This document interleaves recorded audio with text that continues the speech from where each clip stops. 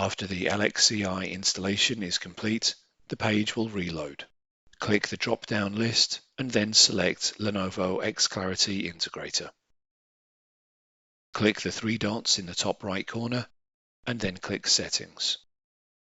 On the Internet Access page, toggle the button to enable HTTP proxy. Enter the proxy server host and port information. Click Test URL. Click Apply.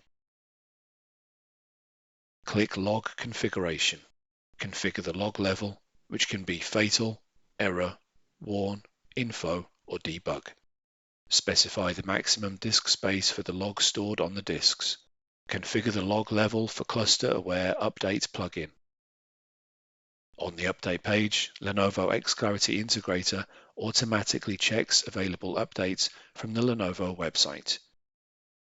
By clicking here, you can also manually download and import the update file.